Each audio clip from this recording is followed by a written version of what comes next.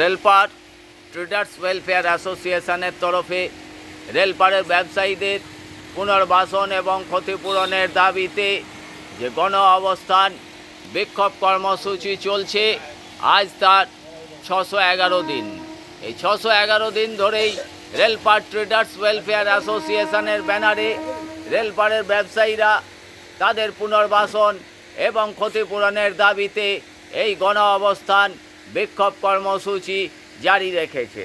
কারণ তাদের একমাত্র উপার্জনের জায়গা, একমাত্র রুটি রুজির জায়গা এই রেলপারের বিস্তীর্ণ কমার্শিয়াল মার্কেট, যে মার্কেটটা সম্পূর্ণ বেসরকারি জায়গায় দীর্ঘ 70 বছর আগে গড়ে ওঠা, সেই মার্কেটটাই ধূলিসাৎ করে দিতে চাইছে।